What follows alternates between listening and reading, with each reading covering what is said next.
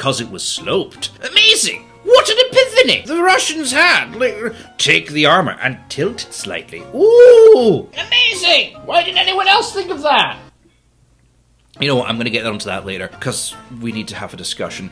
But, you know, the people who say this kind of shit always have some sort of mathematical equation which shows angles and relative thickness and effectiveness. And they're like, oh my god, you guys, sloped armor doubles the thickness, guys. And then they always turn to this penetration table, which, look, I don't know. Every one of those I see is different. I'll cover why in a sec. So, armor thickness. Let's talk about it. Probably most of you think that's very important, right?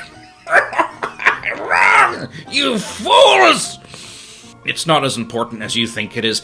The reason these penetration tables are always so inaccurate and typically not regarded with any degree of absolute is because you can do a lot with steel to dramatically improve its toughness without necessarily making it thicker. Sloping is one such example.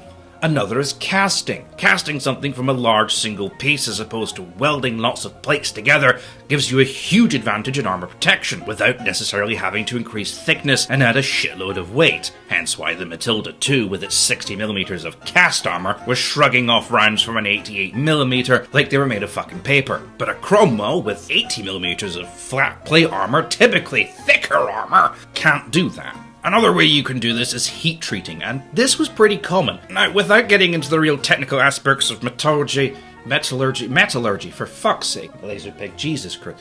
Basically, this gives added protection to steel against various forms of shock, like high impacts. Germany, Britain, America, fuck it, everyone was heat treating their metal just to make it that little bit more resilient to anti-tank rounds, and the Russians were no exception. The problem was that while every other country was heat treating up to about 300 Brunel, that's unit of measurement for heat treating, the Russians were heat treating up to 600 Brunel, making their steel exceptionally hard. Good thing, right? No.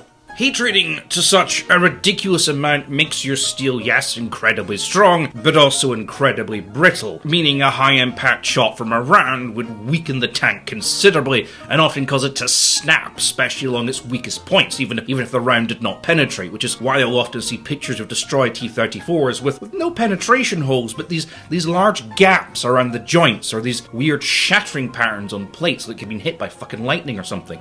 The welding of the T-34 was known to be pretty weak, often just spot welded using inferior materials to make the joint. Had those joints been a little stronger, up to the same standard as the American-made Sherman, it might have fared a bit better, but when you use inferior, badly made steel per welds and thrown together by peasant farmers in a mountain who you threaten to shoot if they don't meet their production quotas, then you end up with a tank that any severe impact will cause it to disassemble itself like a piece of fucking flat-packed IKEA furniture, which is why you see a lot of damaged T-34s with bits missing or mismatched road wheels.